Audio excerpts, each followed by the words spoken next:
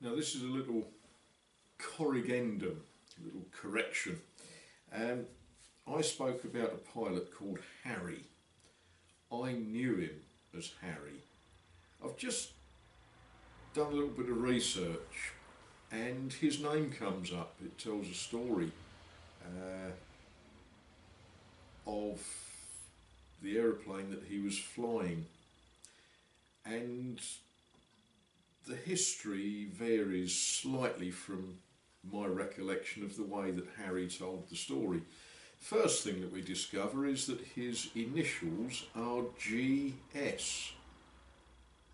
Haven't got a clue what his name was. Could have been Gerhard. But yes, GS Kogel. The aeroplane he was flying was a Sterling Mark III belonging to 196 Squadron Royal Air Force. And it wasn't Woodbridge where the aeroplane crashed. Anyway, I'm going to put up a couple of pictures. The first one that you will see is pinched from the internet.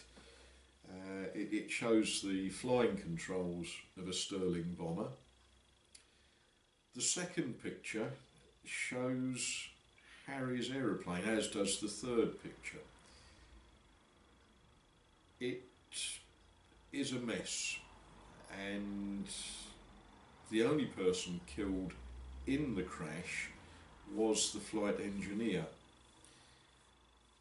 Harry was a flight sergeant, a young man.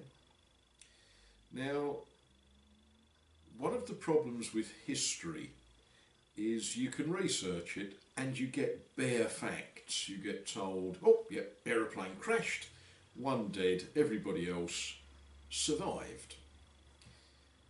Well, they did survive, but they were knocked about. They suffered pain, they suffered trauma. It also records that on the night, which was in October 1943, the bombing was pretty erratic, which suggests that the target was not properly hit. But one of the things that it doesn't say in the history is how many people were killed by that bombing. And one of the things that troubles me is that we sit in our armchairs and we say, oh, you know, something's got to be done about Syria, about Libya, about Iraq, about Afghanistan, wherever. We sit in the comfort of our front rooms and we watch the news, we read the newspaper, and we glibly say, something's got to be done. Very often the something that is done involves ordinary men, like Harry, going out and dropping high explosives on other ordinary men. Harry, his grandfather was German, his father was naturalised British, German born. Harry was dropping bombs on places where his cousins lived. That's one of the awful things when we allow diplomacy, when we stop discussing problems, when we stop working together to solve problems, and when we decide that we're going to go to war.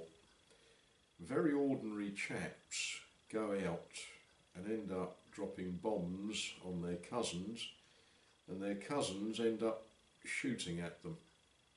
So there we are. That's a little correction to my earlier statement from a very few moments research.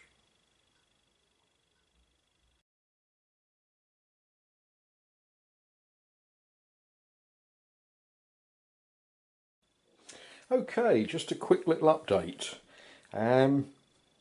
Now, some of you are going to say, why don't you use a router? That will be because my router is about 15 miles away on a bench in my workshop, and I'm here, so I'm not using a router. I'm doing it the hard way, just chopping that out a little bit deeper to take a plywood base. Plywood base is cut and shaped and sort of ready to go in. Going to stain that. I haven't made my mind up if I'll stain it when it's in or before it's in, but there we are, that's a little update. It's actually very satisfying working with hand tools, and it would have been very difficult with a router trying to route that one without taking the seat apart. I have super glued all of the joints on this, and that has firmed it up considerably. So there we are, that's just a quick update on that job.